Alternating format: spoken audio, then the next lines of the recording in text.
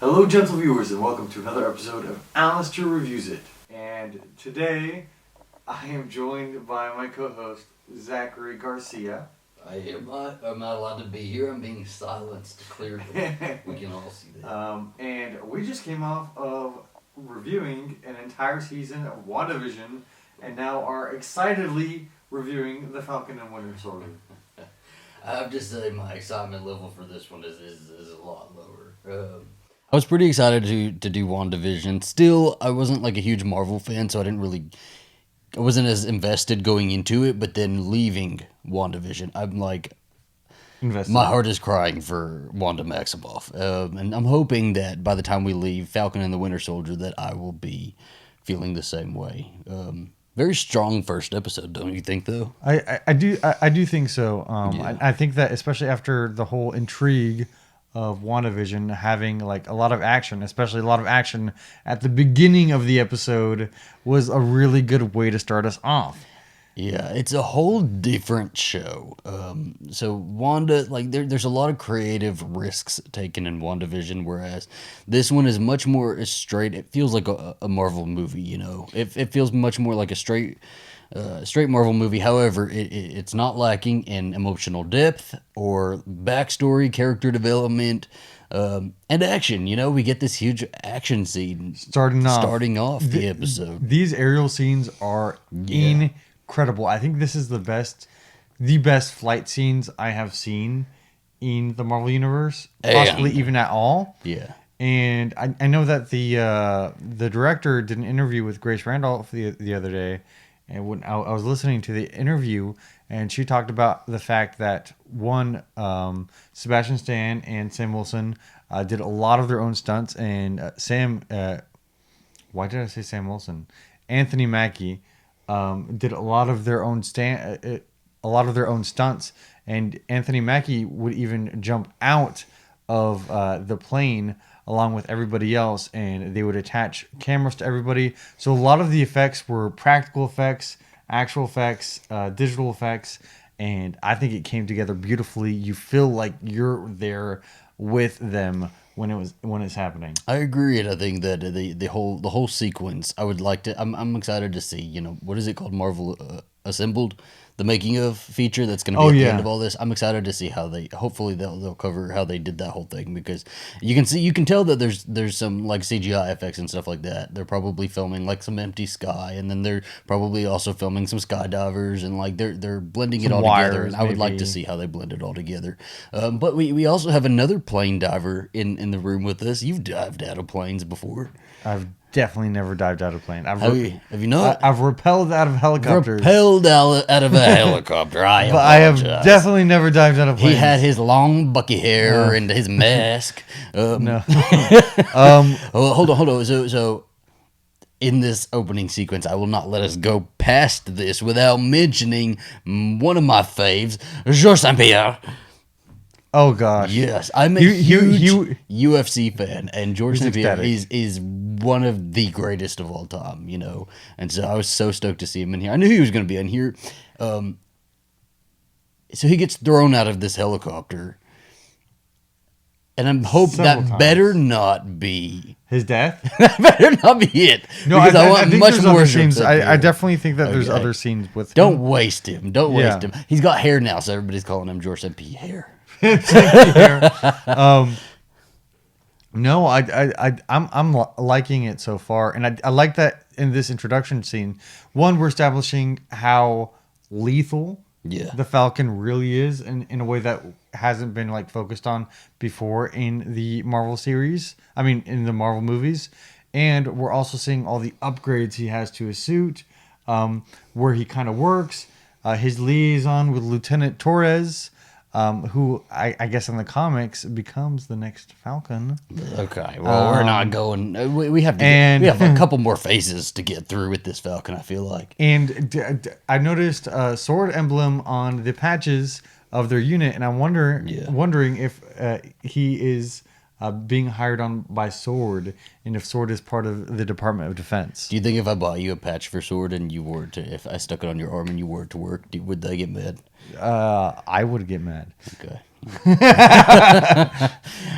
Yeah, no. So this whole episode is it's a lot of, so we get this big action sequence in the beginning, and then the rest of the episode is character development. And I think that works perfect there. So I kind of took it as, we watched it twice, and I took it sort of as this whole episode could have been an epilogue to a movie that also flips and is perfect as a prologue for the show. You know, it could be either or. It's very interchangeable.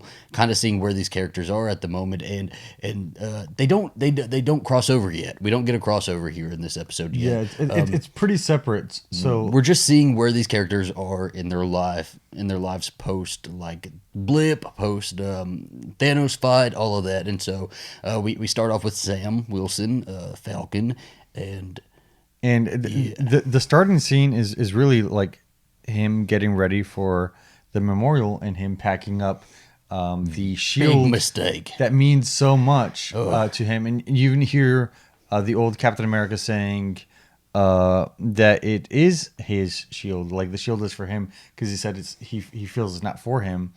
And then he gives a speech at the memorial for Captain America, and he gives the shield over to the Smithsonian. And they put it in like this big exhibition for Captain America, and like you see some Bucky in there and Captain America, and you see a continuation, because they also continued Captain America's story, which was really cool. I thought it was a really cool moment to kind of pay homage and tribute to Captain America, but. As he was giving that shield away, I'm like, "You idiot! I know. Keep it." But I think I called this a little bit with my video this week, but that he is really reluctant to pick it up, because he doesn't. He's not ready to pick up that mantle. Yeah, and it just doesn't seem like. The government, I feel like if the government wanted him to pick up that mantle, they would have asked him instead of doing what they did at the end of the thing. And I'm getting ahead of myself. So do you think, but like before we move on, do you think that, so is Steve Rogers dead here? Is this he's on the moon? What? Yeah, in the Tunisia scene, they said, "Hey, people suspect he's on the moon." And then old Steve Rogers, Steve. Okay. And then Sam is like, "Yeah, I gotta go to the moon, do moon things." Did he really say that? Are you pulling my leg right now? Yes, he did say that. I don't remember that. I thought I had it all good in my head. Yes, but okay, I will. But it was a joke. There you go. It was rumors. So he's dead. We're going around in Tunisia. You were just too worried about Tunisia having that tint. When we get to Tunisia, we're at Tunisia. It's got the piss yellow color grade filter, like preset that they always use for Mexico. They use it for like else. Afghanistan, Mexico, all other countries that are not the U.S. Basically. Let me tell you, I grew up in Mexico. And I've been to Afghanistan. Does everything look piss yellow? No, there's no actual tint. There's no actual tint. I will attest. Well, there is no actual tint. If you go out there and you want the tint that you see in the movies, you can take a pair of sunglasses with you that'll have a little bit of tint on them. Put them on, and there you go. During the flight battle, they bring up LAF. We don't really know what LAF is, but we know it's whoever George St. Pierre is working for. Yeah. I don't know his name in the show yet, but it's whoever they're looking for, and that's who he's chasing down for the American government, because he's contracted under the American government. Yeah. And then we did talk a little bit about Lieutenant Torres, and Lieutenant Torres seems to be chasing down I think they're like the AntiFlag people. They want to like take down all flags, and they believe that before after the blip happened, everything was better, and they kind of want all nations to unite, and they're that group that we saw during the trailers, a superpowered group. That he kind of tries to infiltrate, and then he's like, "I'm going to arrest you." I'm like, "You're not even on American soil. How are you going to arrest somebody? Plus, you're a lieutenant in the military. You don't arrest people unless you're okay." That's besides the point. That is an interesting kind of plot point there, isn't it? Because I feel like when major changes happen in like government and structural changes, and like half of the Earth's population blipped out, they got used to that for 5 years, and there would be a population of the people that wanted to continue how things were kind of going during that time, right? So I think that's interesting. I mean, they do talk about how like not in this, but they talked about before how like certain rivers are clearing up and stuff like that. Just because there's so much little use of it, kind of like during the pandemic, really. How everything's gosh, everybody posting nature is healing. And it's like a picture of it was really cool, the like Galleria Mall, like a fountain or something. But we get all these cool shots, and it's kind of setting us up a little bit for this. And then lastly, at least in terms of Falcon's, what is wrong with me? Falcon's story is Sam's story is we see him at home. We see him at home in Louisiana, which was Harlem was replaced by Louisiana in terms of his origin story in the comics and his origin story for the MCU. And we see him with his sister Sarah, and they have really good like chemistry as a brother-sister duo. I think they do, and I actually really like the actress who plays Sarah. I think she was phenomenal in this episode, and I think all of the scenes that she was in with Sam, she kind of owned those. She's this like black woman who is widowed. She's taking care of these two boys. She's out hustling and grinding for, to keep her home, her business, all of it afloat, her family afloat. And, she's struggling a little bit. And then like Sam blips out for about 5 years and she's struggling, she's trying to keep everything together. He comes back and he's trying to like save everything. And so they go in to try to get a loan, right? Yeah, because they're gonna, or it's not. Is it a loan that they're trying to get? They're trying to convert their business to. They're trying to consolidate all of their loans into one loan for one easy payment. Yeah. But what happens is he's denied one because, I guess he hasn't had 5 years of payment. Yeah. And two because there just seems to be a lot of like different layers of inequality here. Yeah. That I'm seeing. Plus, like, you can tell that she is so tired. She's tired. Sitting there. Sarah is sitting there already knowing what the answer is going to be. And she knows because she's probably been through this. She says that she's seen her parents go through this. And she knows that. I mean, she even remarks at one point, well, things certainly tighten up when it comes to people, to people like us. And that's I really appreciate them tackling race issues and inequality and the fact that this kind of calls back to like all systems of inequality, like redlining, and like it's a callback to all of that, and it's showing that even Sam Wilson, like even the bank guy is a big fan of Sam Wilson, of the Falcon, and even he's not immune to it, and his family's not immune to it. Like this guy is a freaking Avenger, man. And like the Avengers, and this also goes to just all the Avengers, they say the Avengers don't get paid. They don't get any stipends. No stipends or anything. Like Tony Stark, you ain't gonna pay anybody. Are you Tony Stark or Jeff Bezos? I don't know if I'll make that joke, but it's like they don't get anything here, really, and then they blip out for 5 years, and that's his fault, and that he hasn't worked in 5 years. Like, it's just insane. It's definitely set against people. Well, I love that they are bringing all of this up. I really do love that they're bringing all of this up, and it is an interesting like topic. Like, what about all the other Avengers? How are they living? Because we know Tony Stark's super rich. What about like Natasha? She seems to have like a very nice apartment, or Well, I'm sure Natasha has had some stuff squirreled away. Like most of these Avengers, I feel like come from places of wealth and privilege. And then there's people like Bucky Barnes, and Sam Wilson who don't, And I think it's we're seeing that it's so much more relatable too. It's relatable to see like homegrown roots like this, and I think that even crosses a racial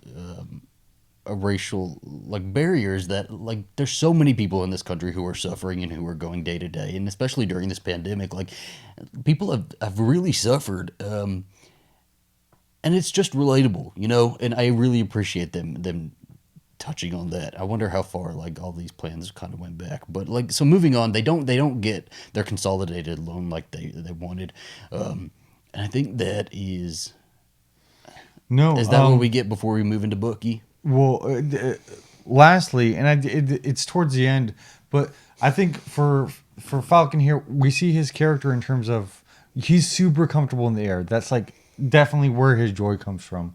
But then when it comes to stepping up and taking up the mantle of Captain America, he's unsure of himself.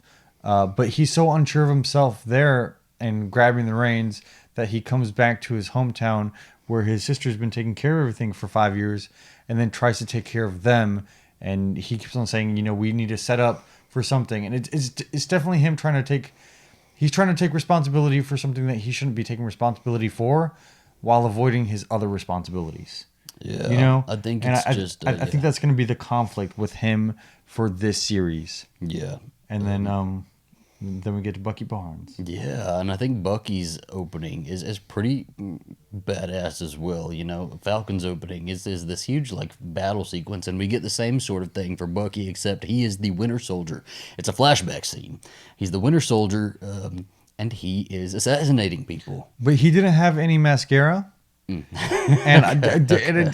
I do want to say that though I think the fight scene was good, it definitely was nowhere near as good as the aerial scene. Yeah. So hopefully we get a lot of really good fight choreography throughout this entire series. Well, I still think it's like it was a good setup because we get this flashback scene of the Winter Soldier assassinating people and assassinating. There's one guy who's trying to get into his room, and we see this guy, and it's clear that we're supposed to remember him because it lingers on him for a little bit. And then Bucky wakes up, and this was a dream that he's had of a memory that he's had, and he goes into therapy. And I think the therapy session is probably my favorite of the episode just because I'm a sucker for great shots, and these shots in this therapy session they were so good. They were really incredible. Tight shots on the therapist and his faces, and it's sometimes going, it's longer, sometimes longer, but for the most part they're tight shots on their faces from like a higher angle, and it's like going back and forth, and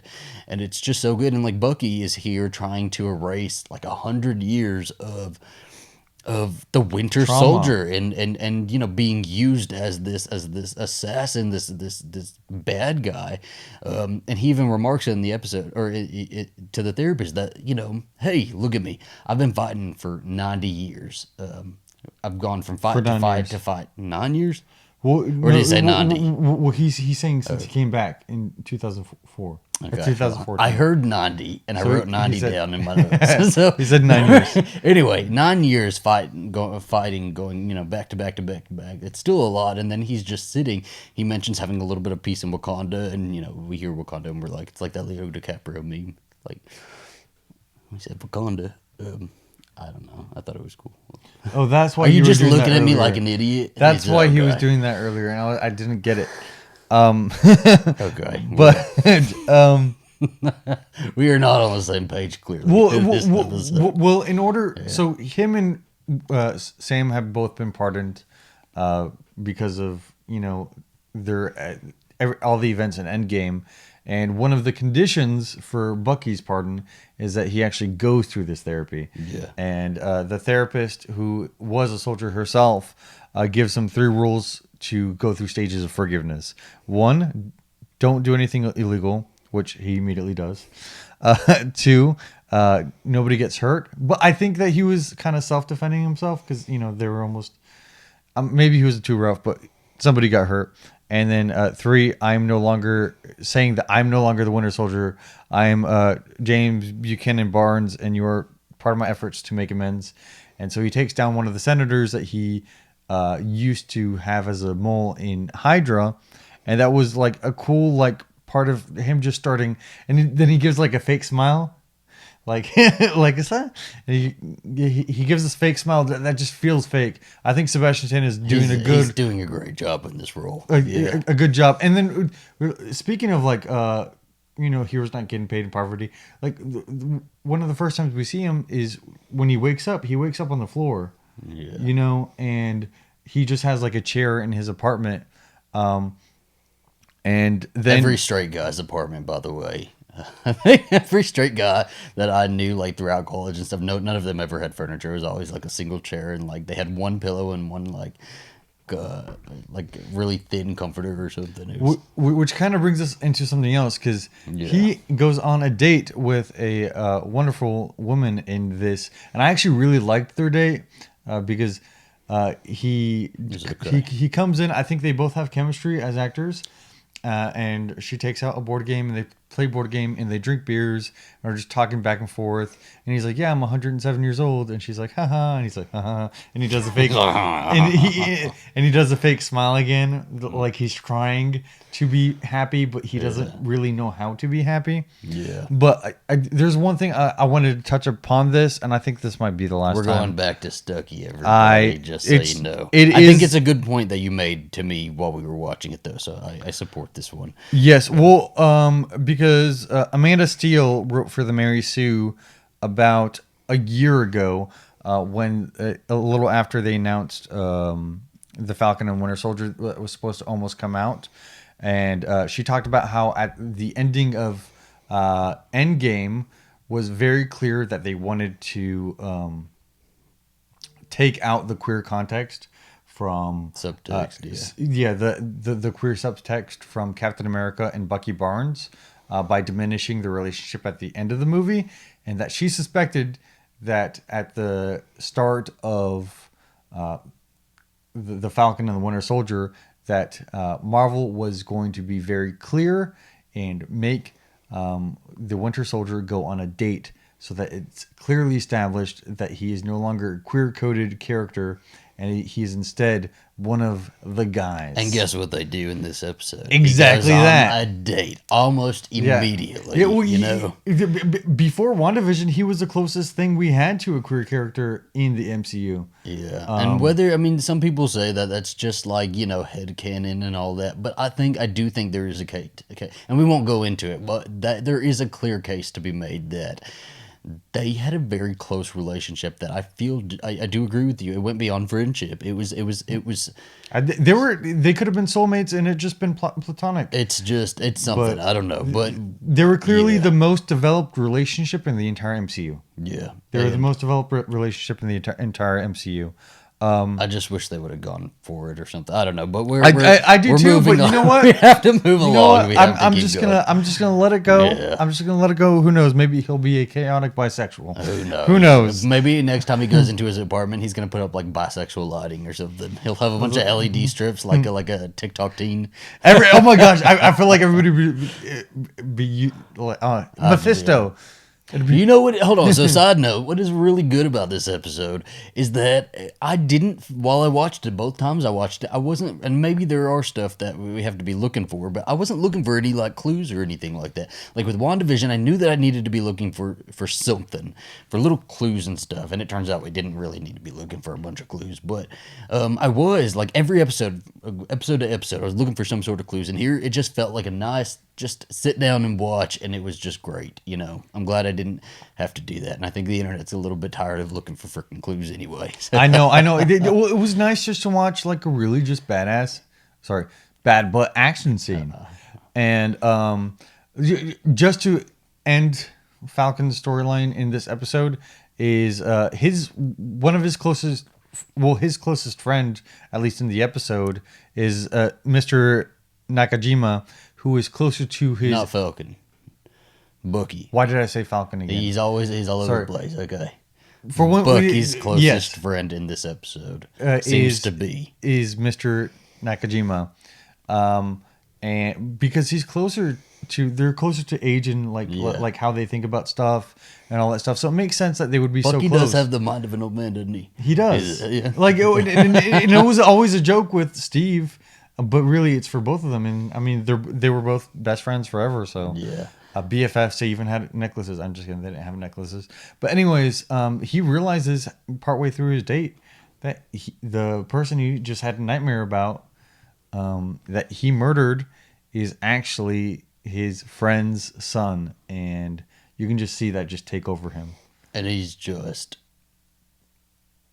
he did it, and he knows that, and he it is what it is. And he goes to this man's door, and the man opens the door, and he immediately sees behind the man, there's an altar with his son's face on it, his picture, and Yeah, I like that they're confronting that because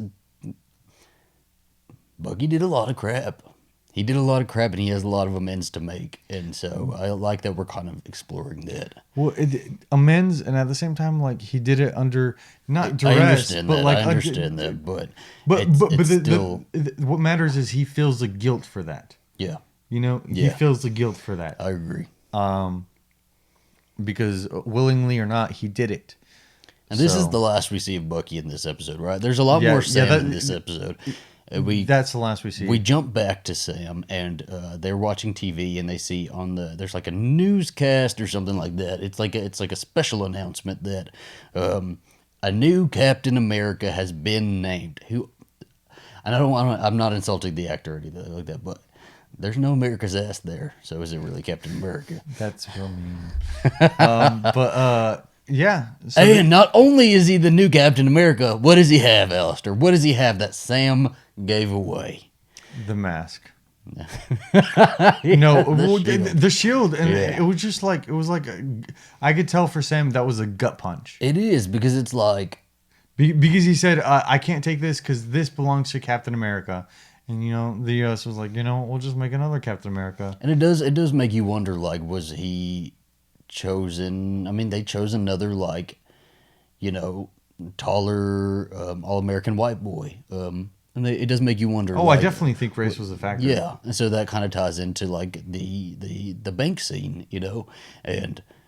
He's being overlooked, and he's got, he's out doing the jobs, and he's not making any money. He's not, his family's struggling. He's putting his life on the line day to day, and his family's struggling. And like, here comes this. He even gives the shield up. He even gives the Captain America shield that he got. He gives it up to them for something greater, and they give it to some other white guy. Well, it's also the problem with self-sacrifice. Like he talked about in the bank scene is like, it's all about goodwill. It's all about goodwill. But guess what? Yeah. Goodwill don't pay bills. And as Anya Jenkins says, start charging. And on that note, that's the end of the episode. That's the end of the episode. No end credit scene, no mid credit scene. And just real quick, we're just gonna talk about what we would like to see for the rest of the series. And I would just like to see really BA action scenes. Some really BA character development, and I just want them to go get after it, and hopefully lead us into like another like movie or something like that. I'm good with that. I liked how the episode was paced, and I like the. I haven't really, I haven't even seen like what other people are saying about the episode yet. So I liked it, and more of this, please. This is great. I understand that some episodes will have more action, some episodes will have a little bit less, but as long as we can keep these characters as well developed as they are, I'm all about it. So more of this, I think, is what I want. Agreed. Alrighty. I think that wraps up this episode of Falcon and Winter Soldier. Join us next week for the second episode of Falcon and the Winter Soldier. Yes. We will be waking up at the butt crack of dawn to watch it. I was so tired watching it this morning. I could not keep my eyes open.